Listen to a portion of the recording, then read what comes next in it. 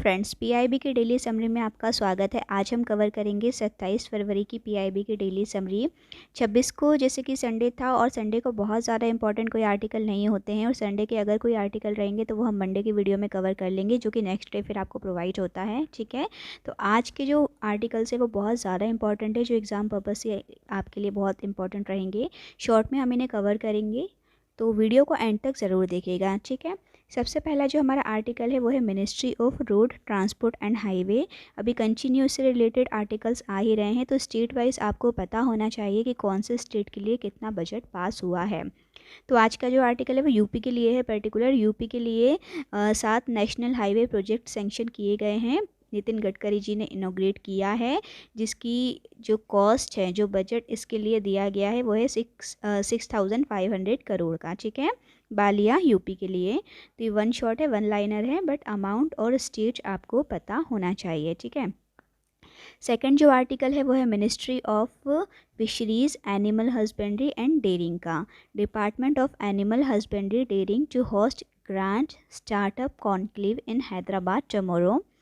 इसमें सिर्फ इतनी चीज़ें याद रखनी है आपको कि ये कॉन्क्लेव हुआ है, स्टार्टअप कॉन्क्लेव, ये कहाँ पर हुआ है? हैदराबाद। ठीक है, क्वेश्चन 2-3 तरीके से पूछे जा सकते हैं। या तो स्टेट पूछ लिया जाएगा और ये पूछ लिया जाएगा नाम, तो ये पूछा जाएगा कि कौन सी मिनिस्ट्री ने इसे ऑर्गेनाइज़ किया है। तो 3 चीज़ें यहाँ बहुत इंपॉर्टेंट हो जाती है कि कौन सी मिनिस्ट्री है, कहाँ पर हुआ है और कॉन्क्लेव का नाम क्या है, स्टार्टअप कॉन्क्लेव। ठीक है, जनरली क्यों किया गया है? ताकि कोऑर्डिनेशन यहाँ बनाया जा सके, एंटरप्रेन्योर्स को मोटिवेट किया जा सके।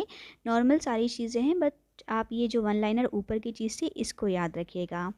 नेक्स्ट जो इम्पॉर्टेंट आर्टिकल है वो again ministry of fisheries animal husbandry का ही है।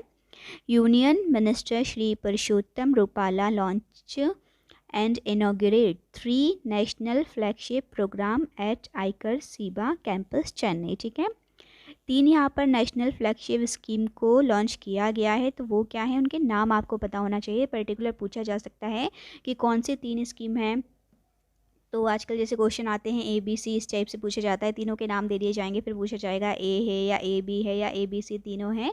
इसलिए नाम तो एटलीस्ट आपको पता होना ही चाहिए। Okay, government of India inaugurate and launched 3 national flagship program. तो सबसे पहला है genetic improvement programme of Indian white shrimp. ठीक है, पेनिस इंडिकस इसे बोलेंगे। ये जो एक्चुअली होता है, जो झींगा है पानी में पाया जाता है, वो ये चीज़ होती है। ठीक है, तो ये फर्स्ट उसके लिए है। सेकंड है national surveillance program on fish diseases. ठीक है, और थर्ड है एक्वा कल्चर इंश्योरेंस प्रोडक्ट। यानी कि सारा का सारा आपका जो है पानी में जो जीव जंतु हैं उससे रिलेटेड है ये तीनों स्कीम। तो ये तीनों के सबसे पहले तो नाम याद रखिएगा। नेक्स्ट है and laying a foundation stone genetic improvement facility today at ICAR CIBA campus Raja Annamalaipuram Chennai. ठीक है, तो ये सारी चीज़ें क्यों हैं आजकल बहुत ज़्यादा इंपॉर्टेंट है। जैसे कि एग्रीकल्चर की बात की जाए, बाकी चीज़ों की बात की जाए, तो उसमें इन चीज़ों का थोड़ा सा रोल रहता है एग्रीकल्चर या फार्मर्स के लिए।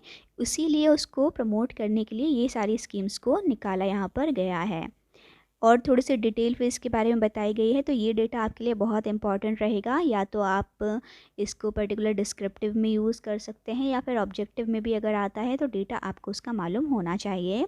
India is the third largest fish producing country with a fish production of 14.73 million metric ton and one of the largest exporter of farmed shrimp। ठीक है, लार्जेस्ट एक्सपोर्टर है इंडिया फार्म्ड श्रिम्प का, जो farm में actually farming में use किए जाते हैं श्रिम्प, जिसकी अभी हम फर्स्ट वाले पॉइंट में बात कर रहे थे। ठीक है, अराउंड 7 लाख टन तो इनका एक्सपोर्ट होता है, इसलिए इंडिया में यानी कि इसका काफ़ी स्कोप है। However the country loses about 7,200 crore annually due to disease. अब क्योंकि डिज़ीज़ के चक्कर में ये सारे यहाँ पर मारे जाते हैं, ख़त्म हो जाते हैं, तो वो ऐसा ना हो उसी के लिए सारे प्रोग्राम्स निकाले जा रहे हैं, ताकि ज़्यादा से ज़्यादा वो प्रोड्यूस हों, ताकि फार्मर्स को हेल्प मिल सके, एक्सपोर्ट करके कंट्री जो है ग्रो कर सके। ठीक है, government of India have sanction the genetic improvement programme of penaeus indicus Indian white shrimp. Phase 1 है ये प्रोग्राम। इसके लिए आउटलाइन उन्होंने निकाला है यहाँ पर 25 करोड़। ठीक है, ₹25 करोड़ का अंडर द प्रधानमंत्री मत्स्य संपदा योजना, इस स्कीम के अंतर्गत ये किया गया है। Under the central sector scheme to establish a national genetic improvement facility for shrimp breeding, this programme will lead to atmanirbharta for shrimp brood stock which is at present imported from other countries. ठीक है, ये particular जो है जिसके लिए किया जा रहा है, जो अभी इम्पोर्ट किए जाते हैं तो उसके लिए। तो इतना आपको यहाँ पर ऊपर की चीज़ें याद रखना है। ठीक है, पर्टिकुलर 27 के लिए वो आर्टिकल थे, कुछ 28 के भी इसमें आर्टिकल्स हैं। 28 को एक्चुअली बहुत ज़्यादा यहाँ पर आर्टिकल थे, जिसमें से एक एडवांस एस्टीमेट को भी निकाला गया है। वो अपने आप में बहुत बड़ी न्यूज़ है, इसलिए हम उसे पर्टिकुलर सिर्फ अलग कवर करेंगे। और आज के इस वीडियो में 27 और 28 दोनों दिन के आपको आर्टिकल पीआईबी के मिल जाएंगे। ठीक है, तो ये बहुत ज़्यादा इंपॉर्टेंट है। अब जो 28 तारीख के हैं ये देखिएगा। ठीक है, सबसे पहला है 28 तारीख का, ये है ministry of women and child development का 2 डेज़ की यहाँ पर वुमेन 20 इंसेप्शन मीट किया गया है। ठीक है, छत्रपति संभाजी नगर में। तो वुमेन 20 का है और ये कहाँ है, बस ये पहले तो देखना है। फिर इससे रिलेटेड 2 इंपॉर्टेंट चीज़ें हैं कि ये जो वुमेन 20 ऑर्गेनाइज़ किया गया है, इसकी थीम क्या है। तो थीम है breaking the barriers the stories of unconventional woman. Theme अगर पूछी जाए तो ये है, और पर्टिकुलर टाइटल पूछा जाए कि इस मीट के लिए टाइटल क्या रखा गया था, तो enabler of women lead development policy and legal framework. ठीक है, थीम अलग है, टाइटल अलग है, दोनों चीज़ों को अलग अलग तरीके से पूछा यहाँ पर जा सकता है।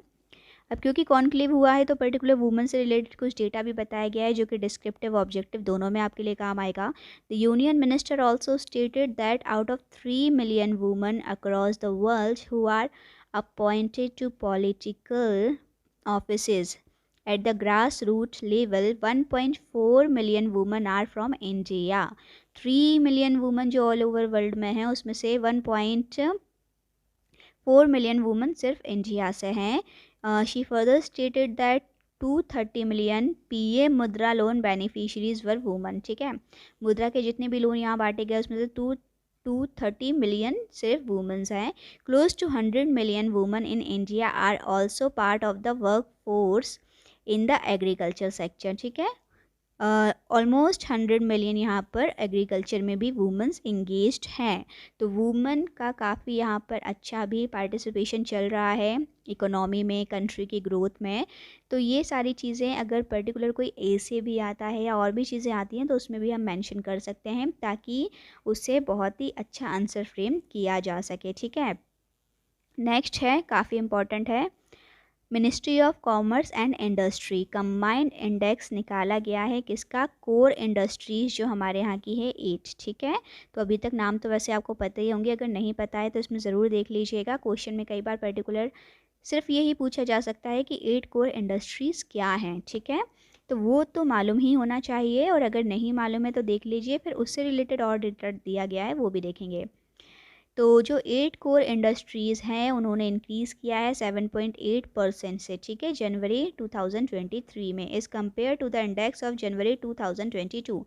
इस साल में एक बार इंडेक्स निकाला जाता है, तो लास्ट ईयर जो था उसके कंपैरिजन में अभी 7.8 से ये इंक्रीज़ हो गया है। ठीक है, अब ये क्या क्या है, प्रोडक्शन ऑफ फर्टिलाइजर्स। ठीक है, 8 कोर इंडस्ट्री की हम बात कर रहे हैं। पहला, सेकंड है कोल, थर्ड है इलेक्ट्रिसिटी, फोर्थ है स्टील, फिफ्थ है यहाँ पर नेचुरल गैस, सिक्स्थ है सीमेंट, सेवेंथ है रिफाइनरी प्रोडक्ट, और एट्थ है क्रूड ऑयल, जो कि यहाँ पे आया नहीं लिखा हुआ। ठीक है, तो क्रूड ऑयल है eighth, increased in 2023 over the corresponding month of the last year. ठीक है, तो और क्या इंपॉर्टेंट चीज़ें हैं वो हम देखेंगे। सबसे पहले बेस ईयर का पूछा जा सकता है कि इसका बेस ईयर क्या है जिसके बेस पे ये इंडेक्स निकाला जाता है या फिर सारी चीज़ें देखी जाती हैं, तो वो है 2011 से 2012। ठीक है, 100 जिसे माना वहाँ पे जाता है, उसके बाद जो ग्रोथ हो रही है वो देखा जाएगा। ठीक है, हर साल जनवरी में ये इंडेक्स रिलीज़ किया जाता है।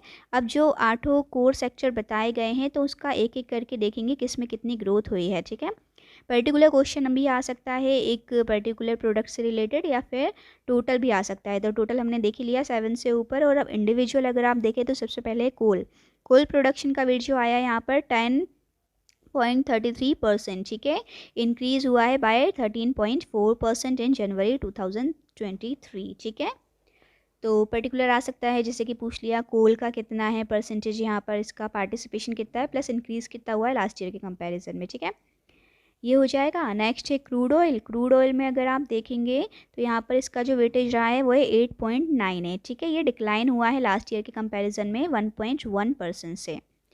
नेक्स्ट है यहाँ पर नेचुरल गैस। नेचुरल गैस का अगर यहाँ पार्टिसिपेशन देखेंगे तो 6.88% का है, इंक्रीज़ हुआ है 5.3% से।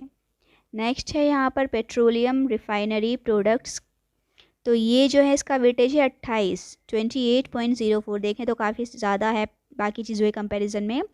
ये इंक्रीज हुआ है 4.5% से। ठीक है, आप सोचेंगे नीचे का मैं क्यों नहीं देख रही हूँ, क्योंकि ये ऑलरेडी सारी चीज़ें जो बोली गई है कंक्लूज़न ये निकल रहा है कि कितना वेटेज है और कितने परसेंट से इंक्रीज़ हुआ है। ठीक है, इसके बाद फर्टिलाइज़र्स की अगर बात की जाए तो फर्टिलाइज़र्स को हम देखेंगे, इसका जो वेटेज है